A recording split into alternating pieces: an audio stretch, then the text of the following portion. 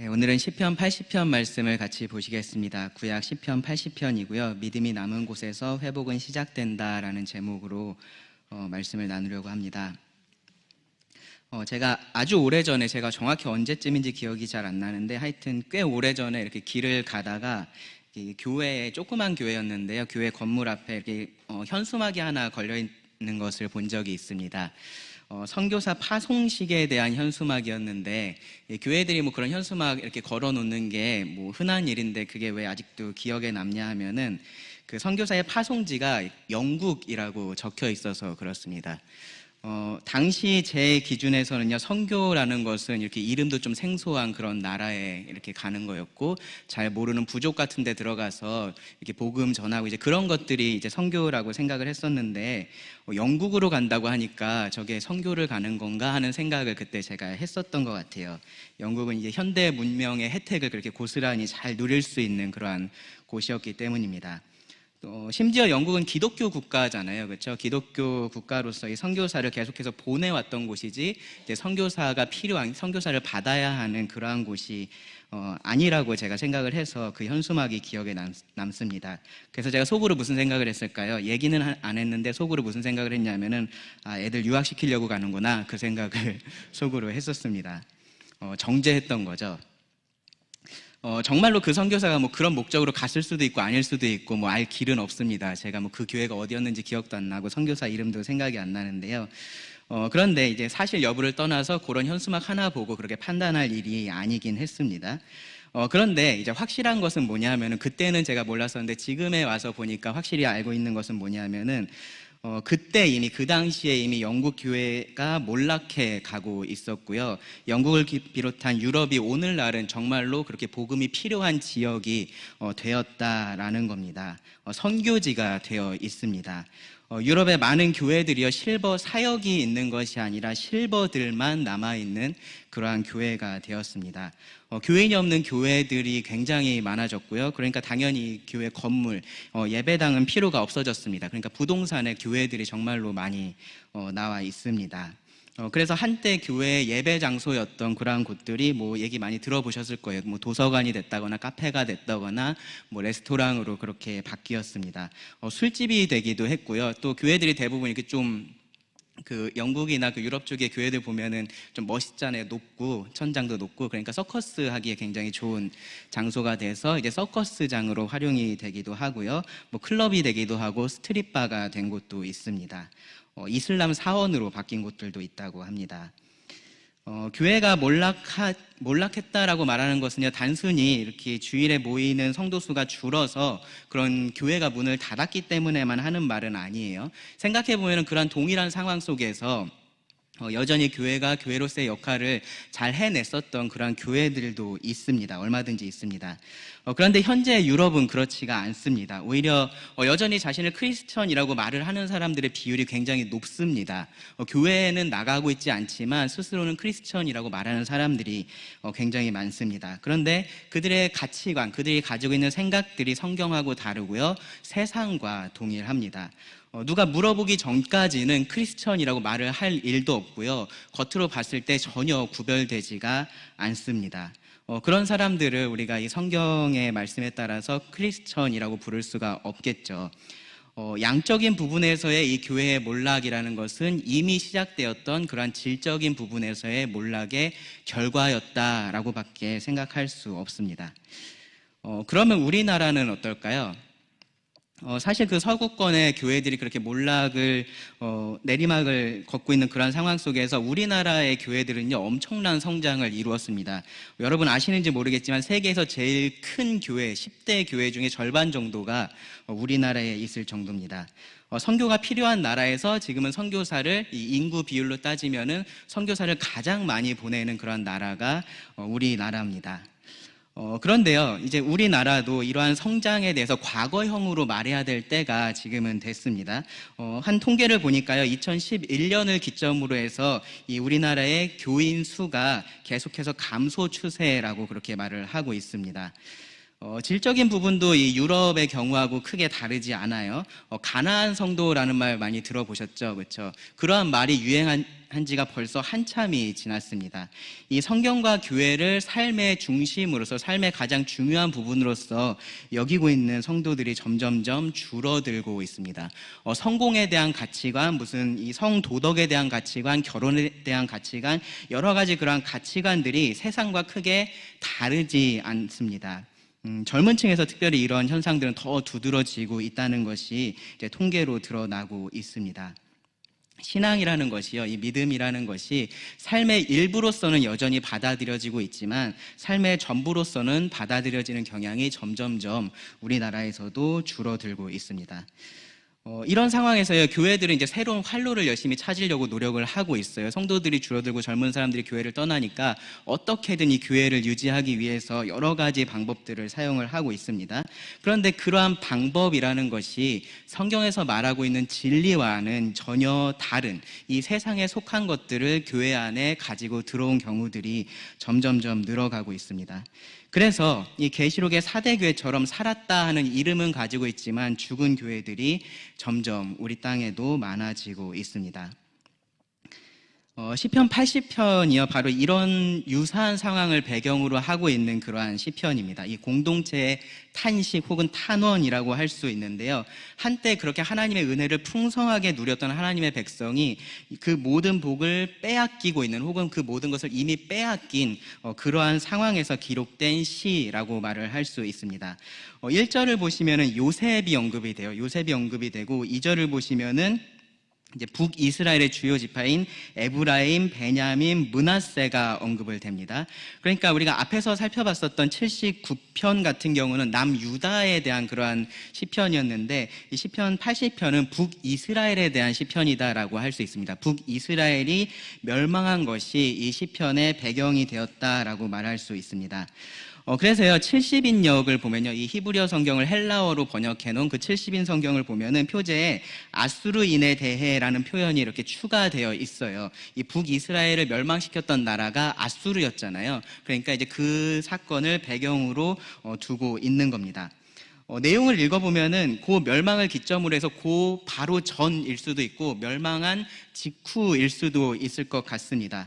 어쨌든 이 시편은요, 그렇게 하나님의 공동체가, 하나님의 나라가, 하나님의 백성들이 멸망한 그러한 사건을 배경으로 하고 있다라는 겁니다. 이 시편은요, 그렇게 하나의 공동체가 하나님에게서 돌아섰을 때, 하나님에게서 멀어졌을 때 그 안에서 여전히 그 믿음을 지키고 있었던 그 자들이 회복을 기다리면서, 회복을 바라면서 드린 기도다라고 그렇게 말할 수 있습니다. 그런데 내용을 보시면, 이 80편의 저자를 보시면 아삽이라고 되어 있잖아요. 아삽은 우리가 이 전에서도 저자로서 계속해서 봤었던 사람인데 어디에 속한 사람이죠? 남쪽인가요? 여기 남쪽인가요? 북쪽인가요? 남쪽입니다. 그렇죠? 남유다에 속해 있었던 사람이 아삽입니다. 그러니까 이 하나님의 공동체를 크게 보고 있는 거죠. 꼭 북쪽에 있는 사람뿐만 아니라 남쪽에 있는 하나님의 백성으로서 그 하나님의 공동체가 무너져가는 모습을 보면서 기록한 시편이다라고 할 수 있습니다.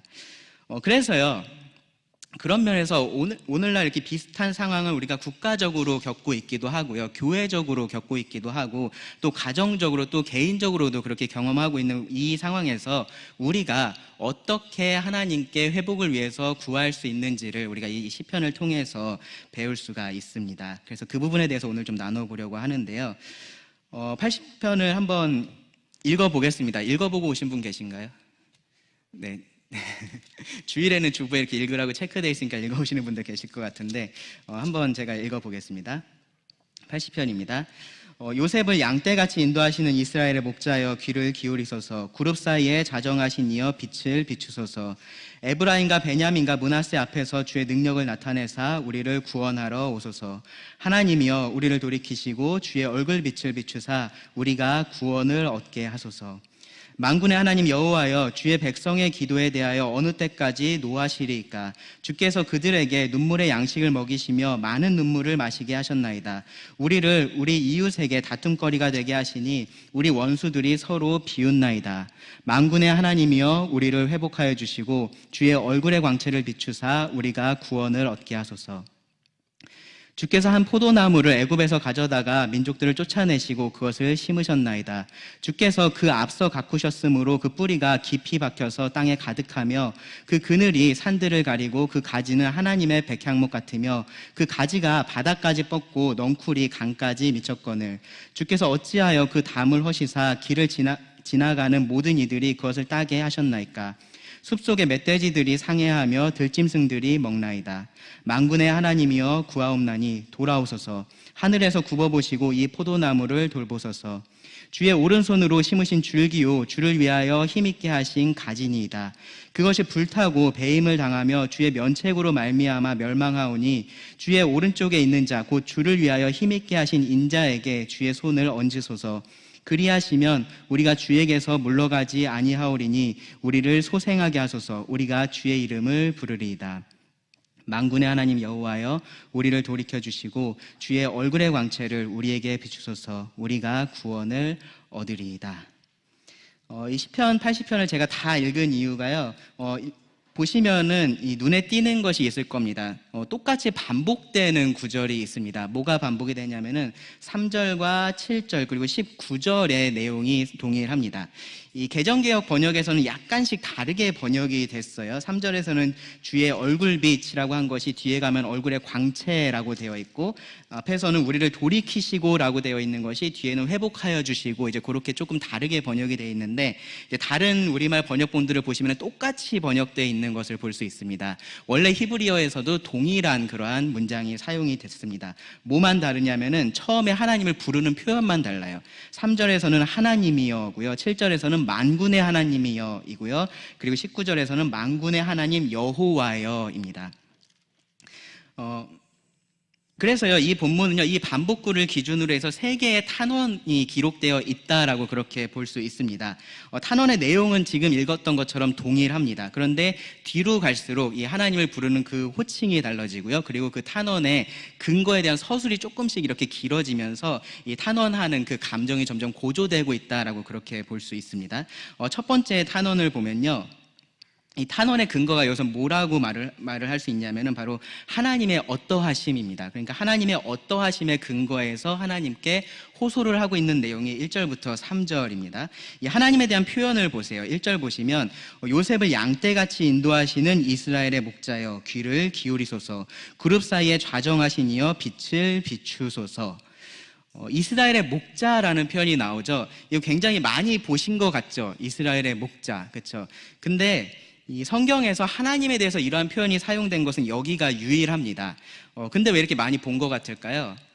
다른 데서 비슷한 이미지들을 많이 사용하고 있기 때문에 그래요. 이렇게 똑같은 표현만 사용하지 않았을 뿐이지 비슷한 이미지들을 사용한 말씀들이 많습니다. 이 아삽의 시편에서 사실 여러 차례 그런 표현들이 나오는데요. 바로 위에 보시면은 79편 13절에 보시면 우리는 주의 백성이요 주의 목장의 양이니 라고 말을 하죠. 그러니까 하나님이 양들의 목자이신 것으로 표현을 하고 있고요. 78편 52절 보시면 그가 자기 백성은 양같이 인도하여 내시고 광야에서 양떼같이 지도하셨도다 라고 그렇게 말을 합니다. 그리고 77편 20절에도 보시면 주의 백성을 양떼같이 모세와 아론의 손으로 인도하셨나이다 라고 그렇게 말씀을 하고 있습니다. 우리가 잘 아는 시편 23편도 이 하나님을 목자로서 그렇게 다윗이 말을 합니다. 그러면서 하나님께서 그를 인도하시고 소생케 하시고 또 안위하시기 때문에 부족한 것이 전혀 없다라고 그렇게 노래를 하죠. 이사야나 에스겔서에서도 보면요 동일하게 그렇게 하나님을 목자로서 그리고 있는 것들을 볼 수 있습니다. 그 목양이라는 것이 이들에게 있어서 굉장히 익숙한 그런 문화였기 때문에 이렇게 돌보고 돌봄을 받는 그러한 관계인 목자와 양의 관계가 하나님과 그 백성의 관계를 잘 드러내는 그러한 좋은 은유가 되었던 겁니다. 여기서 이 목자의 이미지를 사용할 때 강조되고 있는 것은 뭐냐면요 뒤에 나오는 것처럼 인도하심이에요. 하나님께서 인도하신다라는 겁니다. 하나님께서 보호하시고 인도하신다라는 것을 강조를 합니다. 그런데 여기 이제 아삽이 조금 흥미롭게 표현하고 있는 것이 뭐냐면요. 처음에는 이스라엘의 목자라고 말을 했는데 그 목자를 요셉을 양떼같이 인도하시는 이라고 그렇게 표현을 했습니다. 그러니까 이스라엘이 조금 더 범주가 크죠. 그러니까 이스라엘은 넓은 의미에서는 남쪽의 유다, 북쪽의 이스라엘까지 다 합한 그런 표현이 될 수도 있는데, 그런데 여기서는 요셉이라고 말을 해서 그 전부를 포함하고 있는 것이 아니라 이 북쪽의 이스라엘에 대해서 지금 이야기를 하고 있다라는 것을 말을 해 주는 겁니다. 아마 여기서 아삽은요, 이 창세기에서 야곱이 요셉에 관련해서 이렇게 사용했었던 그 표현을 가지고 와서 사용을 하고 있는 것 같아요. 창세기 48장 15절에 보시면은 야곱이 요셉한테 축복하면서 뭐라고 얘기를 했냐면은 나의 출생으로부터 지금까지 나를 기르신 하나님이라고 표현을 했어요. 여기 기르신이라는 이 말이 다르게 번역하면은 나의 목자가 되어주신입니다. 그러니까 야곱이 자신의 목자가 되어주신 그 하나님의 이름으로 요셉을 축복을 했었던 거죠. 창세기 49장 24절에 가서도요, 요셉에 대해서 축복하면서 뭐라고 얘기했냐면은 요셉의 활은 도리어 굳세며 그의 팔은 힘이 있으니 이는 야곱의 전능자 이스라엘의 반석이신 목자의 손을 힘입음이라라고 그렇게 말을 했습니다. 하나님께서 그의 목자가 평생 그렇게 되어주셨던 것처럼 자기 아들인 요셉에게도 그렇게 하여 주시기를, 요셉뿐만 아니라 그의 자손의 자손에 계속해서 그렇게 하여 주시기를 축복을 했었던 겁니다.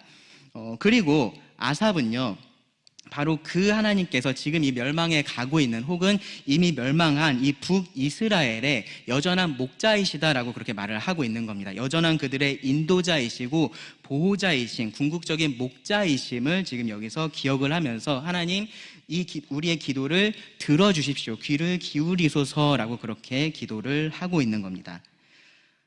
그리고 1절에 보면요, 하나님에 대해서 또 이런 표현도 사용을 해요. 그룹 사이에 좌정하시니, 그룹 사이에 좌정하시니. 이 표현은요, 성경에서 우리가 자주 볼 수 있는 표현인데요, 3가지 정도를 의미를 합니다. 그룹이 뭔지 아시죠? 그렇죠? 천사들입니다. 특별한 천사들을 말을 합니다. 그 그룹 사이에 좌정하시니라고 말을 할 때 의미하는 것은요, 첫 번째로는 하나님의 절대적인 왕권을 의미를 합니다. 시편 99편 1절에 보시면 그런 의미로 사용이 됐고요.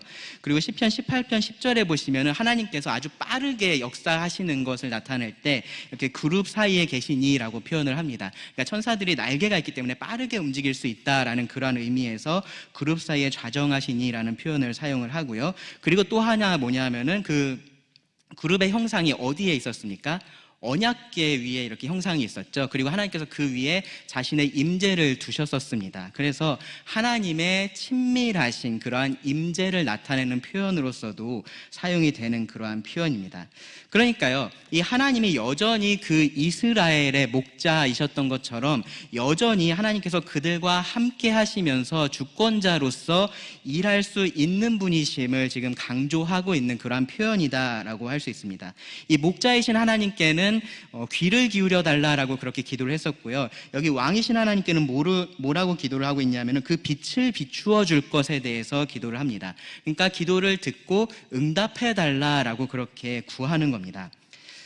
그리고 그 호소가 이제 조금 더 명확해지는 게 2절인데요. 에브라임과 베냐민과 므낫세 앞에서 주의 능력을 나타내사 우리를 구원하러 오소서.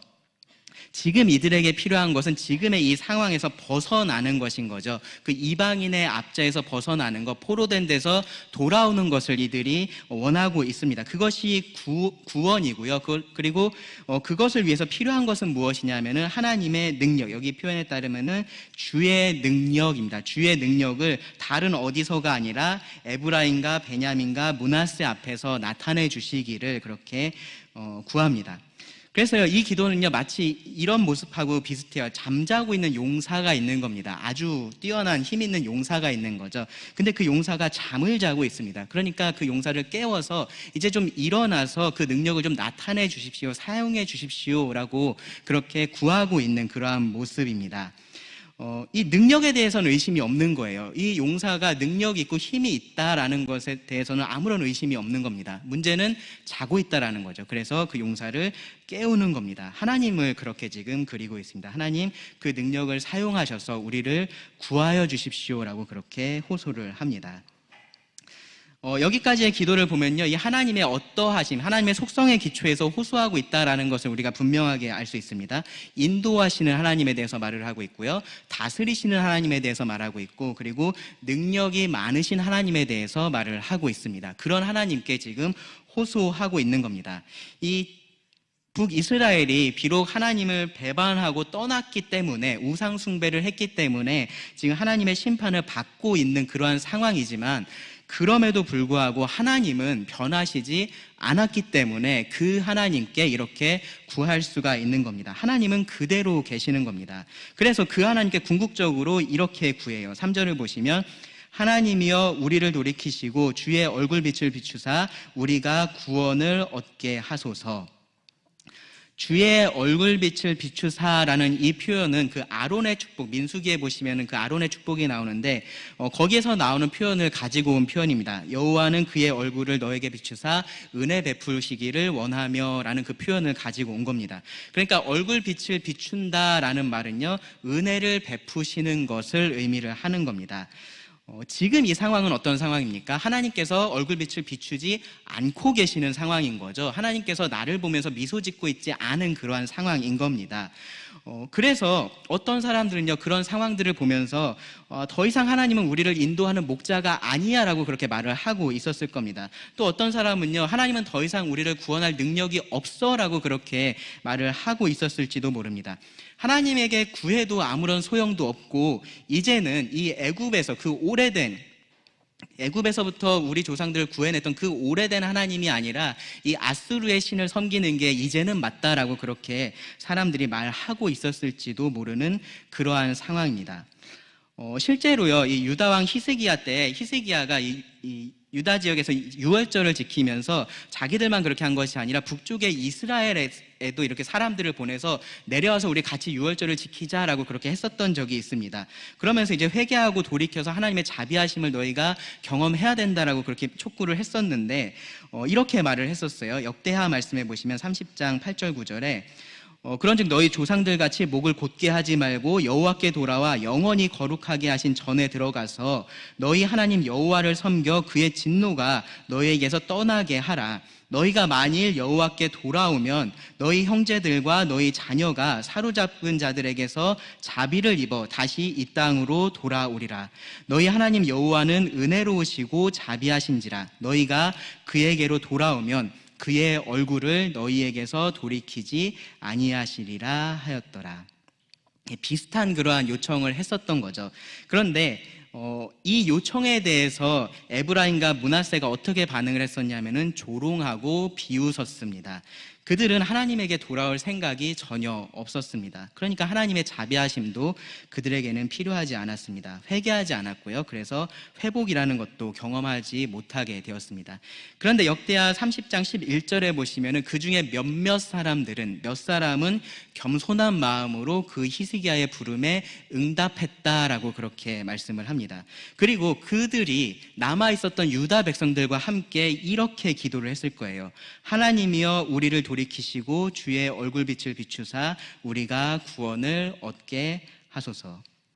그러니까 참된 믿음을 가진 자들은요, 하나님에 대한 믿음을 여전히 가지고 있는 자들은, 모든 사람들이 믿음을 버리고 하나님을 배반하고 떠난 그러한 상황에서도 여전히 그 믿음이 남아있는 곳에 있었던 그 사람들은요, 그런 상황 속에서도 하나님께 기도했었던 겁니다. 하나님께 구했던 겁니다. 하나님만이 능력 많으신 우리의 목자이시고 왕이시기 때문에 그렇게 했었던 겁니다.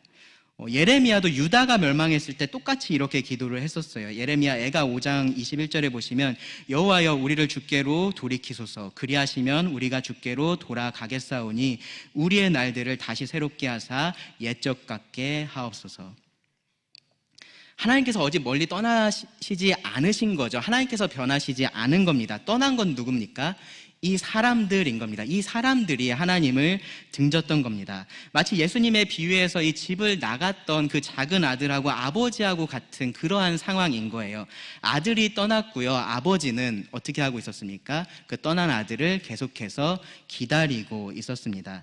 그 아들이 돌아서기만 하면 다시 그 아버지는요, 아들을 받아줄 준비가 언제든지 되어 있었습니다. 다시 그 아버지의 즐거움에 참여해서요, 그 아버지의 인도와 보호와 보호하심 아래서 살아갈 수 있는 그러한 기회가 그 앞에 열려 있었던 겁니다. 그래서 이 아삽의 기도에서요, 우리를 돌이키시고라는 이 말은요, 이전 상황으로의 회복을 분명히 의미를 할 겁니다. 그들이 그 포로의 땅에서 돌아오고 다시 한번 이 하나님께서 약속해 주신 그 약속의 땅에서 하나님을 섬기게 되는 것, 그것을 의미를 할 겁니다. 그런데 동시에 그 과정에서 필요한 그들의 돌이킴, 하나님에게로 돌이킴, 회개를 함께 의미하기도 합니다. 회복을 원하는 우리는 그러한 회개도 함께 원해야 되는 거죠. 그리고 그것 역시 하나님의 은혜로 된다라는 것을 우리가 이 말씀을 통해서 알 수 있습니다. 이 걷잡을 수 없는 세상의 파도에 이 무너진 나라가 있고요, 무너진 교회가 있고요, 무너진 가정이 있고요, 그리고 어쩌면 나의 삶도 그렇게 무너져 있을지 모릅니다. 그런데 하나님에 대한 믿음이 남아있다면요, 우리는 이렇게 하나님에게 기도할 수 있는 겁니다. 하나님은 변하시지 않기 때문에 그렇습니다. 그 하나님의 어떠하심을 여전히 기억을 한다면 하나님께 우리가 이렇게 호소할 수 있는 겁니다. 그리고 그것이 우리가 회복으로 갈 수 있는 가장 먼저 할 수 있는 일입니다. 두 번째 탄원의 내용이 이제 4절부터 7절에 기록이 되어 있는데요. 여기서는 그 호소의 그 기초에 뭐가 있냐면요, 자신들의 비참함에 대한 설명이 있습니다. 이 첫 번째 탄원하고 내용이 조금 달라요. 이 모든 상황을 이제 아삽은요, 하나님께서 하신 일의 결과로서 그렇게 말을 하고 있습니다. 4절 보시면 만군의 하나님 여호와여, 주의 백성의 기도에 대하여 어느 때까지 노하시리까? 여기서 하나님을 만군의 하나님 여호와라고 그렇게 부릅니다. 여러분, 이 표현이 이 하나님의 백성들에게 얼마나 큰 힘이 되는 그런 표현인지 한번 생각을 해보시기 바랍니다. 만군의 하나님, 모든 군대의 하나님, 모든 능력을 가지고 계시는 하나님이라는 그러한 뜻입니다. 그 하나님이 여호와이십니다. 그 하나님이 나의 하나님, 나와 언약을 맺으신 하나님이라는 그러한 의미입니다. 만군의 하나님 여호와. 그러니까 그 하나님은요, 당연히 나의 기도를 들으시는 분이시고요, 그리고 그 하나님의 노하심, 그 하나님의 분노는 누구를 향해야 맞습니까? 나를 향하는 것이 아니라 나의 대적을 향해야지 맞는 겁니다. 그것이 마땅한 거죠. 하나님께서 분노하실 때 나의 대적들은 멸망을 하고 나는 구원을 얻는 것이 마땅한 일인 겁니다. 그런데 지금 이 상황은 지금 어떻게 되어 있냐 하면은 정반대가 되어 있는 그러한 상황인 거예요. 하나님께서 이 백성들의 기도를 듣지 않고 계시고요, 오히려 그들에게 분노하고 계십니다. 1절부터 3절에서 말씀드렸었던 것처럼 하나님은 변하지 않으셨습니다. 하나님께서 자기 백성을 징계하신다라고 해도 이렇게까지 하시는 것은 이해가 되지 않는 그러한 상황이었던 거죠. 그래서 이 시편을 기록한 아삽은 어느 때까지라고 묻는 겁니다. 어느 때까지 그렇게 하시겠습니까? 라고 묻는 겁니다. 그러면서 이제 그들의 상황에 대해서, 그들이 처한 비참한 상황을 이렇게 묘사를 했어요. 5절을 보시면 주께서 그들에게 눈물의 양식을 먹이시며 많은 눈물을 마시게 하셨나이다. 우리를 우리 이웃에게 다툼거리가 되게 하시니 우리 원수들이 서로 비웃나이다. 눈물을 먹고 마신다라는 것, 먹을 것이 없어서 그랬을 수도 있겠지만 여기서는 무엇보다도 그치지 않는 고통으로 인한 눈물이라는 의미일 겁니다. 이건 역시 말이 안 되는 상황인 거죠. 처음에 하나님을 목자라고 이야기를 했잖아요. 이 목자가 하는 가장 중요한 일이 뭡니까? 이 양들을 잘 먹이는 겁니다. 시편 23편에서 다윗이 이야기하는 것처럼 푸른 풀밭으로 인도하고 쉴만한 물가로 인도하는 것이 좋은 목자가 하는 일입니다. 그런데 하나님께서 지금 자기 백성들에게, 자기 양들에게 어떻게 하고 계시다라는 거예요. 눈물만 먹이고 계시다라는 겁니다. 눈물을 먹이고 계시고 눈물을 마시게 하고 있습니다. 시편 56편 8절에 보면요, 다윗이 이런 표현을 사용했습니다. 나의 눈물을 주의 병에 담으소서. 이것이 주의 책에 기록되지 아니하였나이까. 여기서 뭐라고 얘기하는 거냐면요, 지금 다윗이 자신의 고통을 하나님께서 알아주신다라고 이야기를 하고 있는 겁니다. 그런데 지금 여기 이스라엘 상황은 전혀 그렇지가 않죠. 오히려 하나님께서 그들에게 고통을 주고 계시는 그러한 상황인 겁니다. 이런 큰 고통의 원인 중에 하나는 뭐냐면요, 이 하나님의 백성인 우리가 사람들의 다툼거리가 되고 비웃음거리가 되었다라는 데 있습니다. 사람들이 왜 하나님의 백성이 지금 저렇게 멸망했는지를 두고 이런저런 이야기들을 하고 있는 겁니다. 그러면서 조롱을 했다라는 말입니다. 여기서 잠깐 생각해 볼 수 있는 것이요. 이 시편을 기록한 이 아삽이 북이스라엘 사람이 아니라 남유다에 속한 사람이었다라는 겁니다.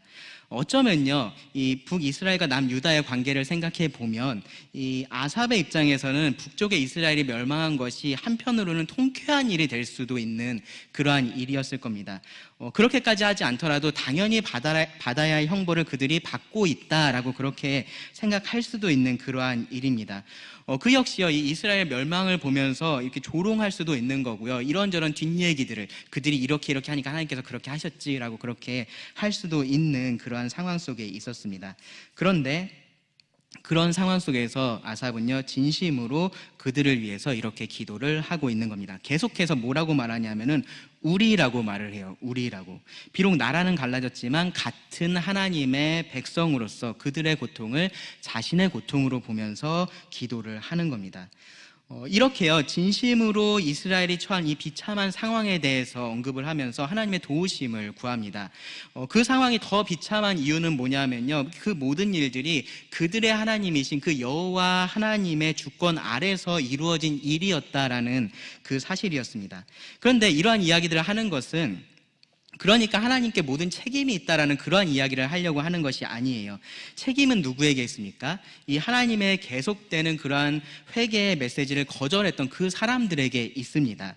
그런데 이러한 상황, 이러한 비참한 상황을 하나님께서 주셨다라고 지금 여기서 말하고 있는 이유는요, 그렇기 때문에 그러한 상황 속에서 회복시키는 것도 누가 할 수 있다라고 말을 하는 거냐 하면은 하나님께서 하실 수 있다라고 말을 하는 겁니다. 7절에 다시 한번 만군의 하나님이여 우리를 회복하여 주시고 주의 얼굴의 광채를 비추사 우리가 구원을 얻게 하소서라고 말을 합니다. 네, 하나님이 만군의 하나님으로 바뀐 것만 제외하면 나머지 기도는 동일합니다. 우리를 징계하신 그 하나님이 우리를 회복시킬 유일한 분이십니다. 근데 가만히 생각해 보면요, 이 자신의 비참함의 근거에서 하나님께 어떤 호소를 하는 게 정말로 좀 필요한 일일까, 좀 그러한 생각이 드실 수도 있어요. 그런데 이 시편의 말씀들을 읽어봐도 그렇고 이 믿음의 선진들의 기도에서도 보면은 이렇게 자신들이 처한 어려운 상황들, 비참한 상황들, 그런 상황들을 하나님 앞에서 이렇게 상세하게 아뢰는 것들을 생각보다 자주 그렇게 볼 수 있습니다. 그들은 고통스러운 그런 상황 속에서 그냥 괜찮다라고 그렇게 했었던 것이 아니고요, 하나님께 그 고통을 가지고 나왔었던 거죠. 그리고 하나님의 긍휼하심을 구했었던 겁니다. 신약에서는요, 예수님에게 나왔었던 사람들이 그러한 모습들을 계속해서 보이는 것을 볼 수 있습니다. 예수님은 그들의 그러한 비참한 상황들을 보시면서 그들의 병을 고쳐주고 하셨습니다. 베드로는요, 베드로전서 5장 7절에 보시면 너희 염려를 다 주께 맡기라 이는 그가 너를 돌보심이라 라고 말을 했고요, 바울은요, 빌립보서 4장 6절에서 아무것도 염려하지 말고 다만 모든 일에 기도와 간구로 너희 구할 것을 감사함으로 하나님께 아뢰라 라고 말을 했습니다. 염려하지 않으려면, 이 염려를 다 하나님께 맡기려면 어떻게 해야 되는 거예요? 그 염려를 맡아주실 수 있는 그 하나님께 다 이야기할 수밖에 없는 겁니다. 그래서 그렇게 하는 겁니다. 우리를 불쌍히 여기시고 돌보기 원하시는 그 하나님께 우리의 사정을 이렇게 아뢰는 겁니다. 우리에게 여전히 믿음이 남아있다면 그렇게 할 수 있고요, 또 그렇게 해야 됩니다. 8절부터 19절 말씀에서는요, 이제 세 번째 탄원의 내용을 우리가 볼 수 있는데요, 여기서는 이제 과거의 은혜에 대해서 말을 하고 또 현재 당하고 있는 치욕스러운 상황에 대해서 말을 하고요, 그리고 미래의 약속에 호소를 하면서 탄원을 합니다. 조금 길고요, 제가 읽었을 땐 약간은 뭐랄까요, 좀 감성적인 것 같아요. 네, 이렇게 이성에 호소하기보다는 약간 감정에 호소하는 그러한 기도입니다. 이 아삽은요, 포도나무의 비유를 들어서 하나님께서 과거에 이스라엘 백성들에게 어떻게 하셨는지 를 말하고요, 그리고 지금은 어떻게 하고 계신지를 말을 합니다. 그리고 이 하나님의 약속을 기억하면서 은혜 내려주시기를 구합니다. 먼저는요, 하나님께서 과거에 그들에게 베풀어 주신 은혜인데요, 특히 이 아삽은요, 하나님께서 그들을 위해서 굉장한 수고를 했다라는 점을 좀 강조를 해요. 8절부터 11절을 읽겠습니다. 주께서 한 포도나무를 애굽에서 가져다가 민족들을 쫓아내시고 그것들을 심으셨나이다. 주께서 그 앞서 가꾸셨으므로 그 뿌리가 깊이 박혀서 땅에 가득하며 그 그늘이 산들을 가리고 그 가지는 하나님의 백향목 같으며 그 가지가 바닥까지 뻗고 넝쿨이 강까지 미쳤거늘.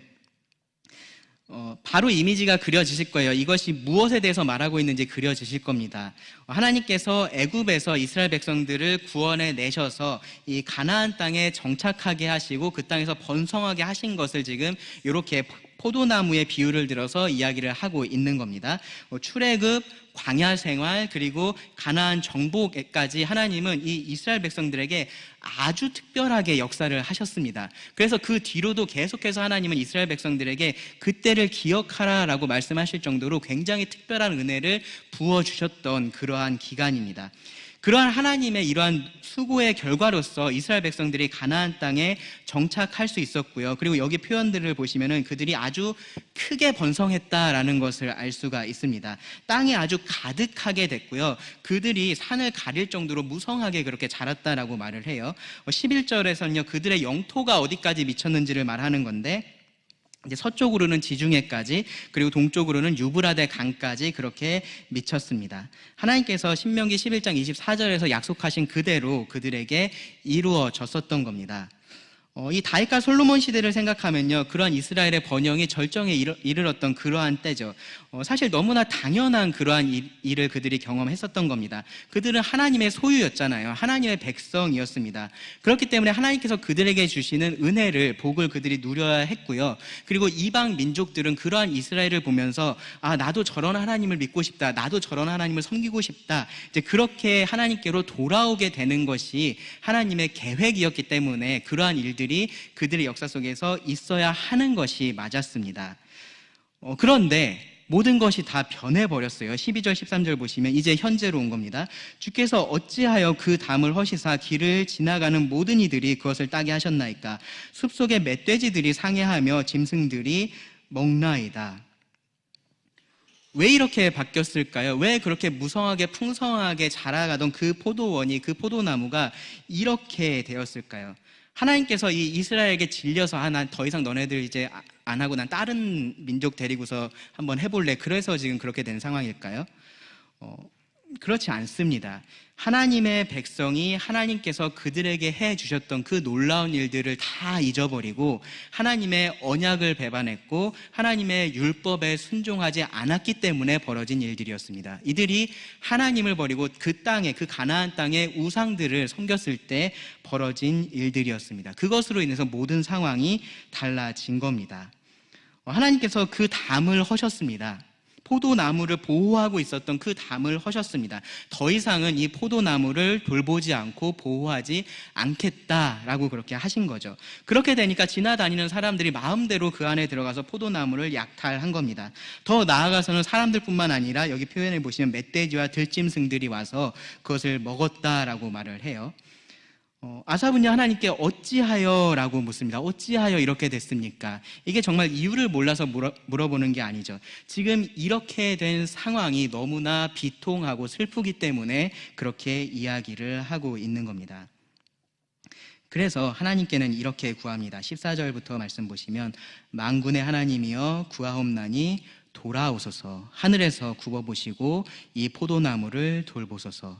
주의 오른손으로 심으신 줄기요 주를 위하여 힘있게 하신 가지니이다. 그것이 불타고 배임을 당하며 주의 면책으로 말미암아 멸망하오니. 이 아삽의 기도가 정말로 애절합니다. 여러분들 그러한 마음이 느껴지시는지 모르겠습니다. 자신이 할 수 있는 정말로 최선을 다해서 이 심판하시는 하나님의 마음을 돌이키고자 하는 그러한 마음이 이 안에 지금 표현이 되어 있습니다.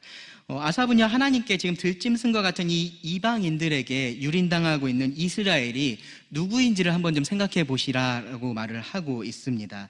하나님의 오른손으로 심으시고요, 그리고 하나님을 위하여 힘있게 하신 가지가 바로 그들이었다라고 말을 합니다.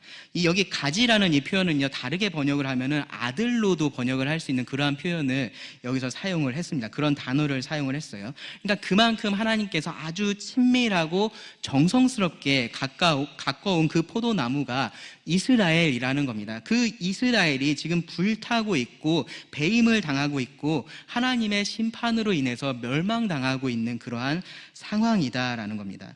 아삽은요, 마치 하나님께 이렇게 말하고 있는 것 같아요. 하나님, 정말로 이스라엘이 이대로 멸망해도 하나님은 괜찮으신 겁니까? 라고 그렇게 묻고 있는 것 같습니다.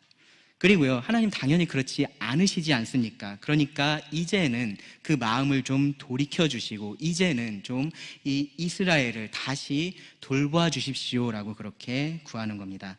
이스라엘에게 가장 필요한 것이 바로 그러한 하나님의 돌봄, 하나님의 은혜이기 때문에 그렇습니다. 그러면서 이제 17절에 가서 보시면은 이 하나님께서 약속하신 왕, 그 메시아에 대한 메시아의 약속에 대한 언급을 합니다. 주의 오른쪽에 있는 자, 곧 주를 위하여 힘있게 하신 인자에게 주의 손을 얹으소서. 여기 주의 오른쪽에 있는 자, 그리고 인자라는 것은 이 하나님께서 다윗에게 약속하셨던 그런 왕을 의미한다라고 우리가 볼 수 있습니다. 그러니까 그들의 구원자가 될 그런 왕을 하나님께서 보내주셔서 그들을 구원하여 주시기를 바라는 그런 기도다라고 할 수 있습니다. 그러면서 하나님께서 그렇게 다시 자신들을 회복시켜 주신다면 다시는 이전의 죄를 반복하지 않겠다라고 그렇게 결단을 해요. 18절 보시면 그리하시면, 그렇게 하나님께서 우리를 다시 회복시켜 주시면 우리가 주에게서 물러가지 아니하오리니 우리를 소생하게 하소서. 우리가 주의 이름을 부르리이다. 주에게서 물러가지 않겠다라는 것은요, 그들을 지금의 이 상황까지 몰고 온 그러한 결과를 맞이하게 했었던 그 우상 숭배의 죄를 다시는 반복하지 않겠다라고 말을 하는 겁니다. 그리고 반대로요, 무엇을 하겠다라고 하냐면은 주의 이름을 부르겠다라고 얘기하죠. 주의 이름을 부르겠다. 하나님의 어떠하심과 그 하나님께서 행하신 그러한 일들을 선포하겠다라는 겁니다. 이러한 신실함에 대한 다짐을 지금 하고 있는 겁니다. 참된 회복은 이러한 회개를 포함하기 때문에 그렇습니다. 그리고 이 기도가 이제 마지막 후렴으로 반복이 됩니다. 만군의 하나님 여호와여, 우리를 돌이켜 주시고 주의 얼굴의 광채를 우리에게 비추소서. 우리가 구원을 얻으리이다. 모두의 믿음이 무너진 것 같은 그러한 상황에서도요, 여전히 믿음을 가진 자가 있다면요, 이렇게 정말로 애통하는 마음으로 하나님의 약속을 바라면서 기대하고 또 기도할 수가 있는 겁니다. 이 시편 80편의 말씀, 지금까지 드렸던 말씀을 정리하면요, 이렇게 말씀드릴 수 있을 것 같아요. 우리는 무너진 곳에서 기도할 수 있습니다. 믿음이 남아있다면요, 그 무너진 곳에 우리가 믿음을 가지고 남아있다면 그곳에서 기도할 수 있습니다. 하나님의 어떠하심, 그리고 우리의 비참한 상황, 하나님께서 주신 약속, 그 모든 것에 근거해서 우리가 하나님께 호소할 수 있습니다. 그리고 그렇게 해야 됩니다. 처음에 제가 말씀드렸었던 것처럼요, 이미 우리는요, 지금 무너져 있는 곳에 있거나 이미 무너져 가는 곳에 있거나 이미 무너져 버린 그러한 곳에 서 있습니다. 우리나라가 그렇게 되어 가고 있고요, 교회들이 그렇게 되어 가고 있습니다. 유평교회는 어떨까요? 여러분들의 가정은 지금 어떠한 상태입니까? 여러분들의 삶은 지금 어떻습니까? 지금 우리는 어디에 있을까요? 우리는 믿음이 무너진 그러한 곳에 모두가 서 있습니다. 그래서요, 때로는요, 모두가 다 믿음을 떠난 것 같이 느껴질 때가 있고요, 또 남은 자들의 이 힘이라는 것이 너무나 약해 보일 때가 있습니다. 그래서 나 하나, 우리 교회 하나가 뭐 어떻게 한다고 해도 아무것도 달라질 것이 없는 것처럼 그렇게 느껴질 때가 있습니다. 그럴 때 이 하나님께서 나와 우리에게 주신 이 은혜를 우리가 기억할 필요가 있고요, 내가 아직은 그 하나님에 대한 믿음을 가지고 있다면 내가 해야 될 일이 있다라는 생각을 해야 됩니다. 뭐냐면요, 기도부터 하는 겁니다. 기도부터 하는 겁니다. 이 아삭과 같은 간절한 마음으로 기도를 하는 겁니다. 우리의 비참함을 바라보면서 그 비참함을 회복시킬 수 있는 그 하나님께 기도를 하는 겁니다. 그렇게 한다고 회복이 어느 순간에 갑자기 다 완성되지는 않을 거예요. 그런데 이 믿음이 남아있는 곳에 있는 내가, 그 믿음을 가지고 있는 내가 기도하지 않고 그 믿음에 따라서 살아가지를 않으면 회복은 시작되지도 않을 겁니다.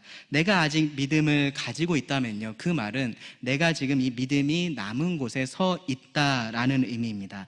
그 의미는요, 회복이 시작될 수 있는 그곳에 내가 서 있다라는 의미입니다. 우리가 회복하기를 하나님은 원하시고요. 또 그렇게 하나님은 하실 수 있는 능력이 있으신 분이십니다. 이미 역사를 통해서 하나님께서 그렇게 하나님의 백성들에게 해 오셨고요. 우리도 당연하게 그러한 하나님을 기대할 수가 있습니다. 그 하나님께 우리가 기도하고요. 또 그리고 그에 합당한 삶을 산다면요. 하나님께서 우리가 속해 있는 그곳이 가정이든 교회든 우리나라든 다시 한번 이 하나님의 은혜를 그곳에 가득 채워 주실 겁니다. 잠시 기도하시고 말씀을 마치겠습니다. 하나님, 우리 주변을 둘러보면 내가 어디에 있는지를 잊어버리게 됩니다. 그저 나 하나 믿음 지키며 살아가기도 힘들다라는 생각이 들 때도 있습니다. 그런데 하나님께서 원하시는 우리의 삶이 그렇지 않음을 오늘 이 말씀을 통해서 다시 한번 생각해 보게 됩니다. 우리에게 믿음을 주신 하나님께 감사하며 또 우리가 우리의 주변을 하나님의 풍성한 포도원으로 만들어갈 수 있게 하여 주시기를 구합니다. 회복의 모든 능력이 주께 있음을 알고 주의 도우심을 구합니다. 우리를 그 도구로 사용하여 주시기를 간절히 기도드립니다. 들은 모든 말씀을 주님께 의지하며 예수님의 이름으로 기도드립니다. 아멘.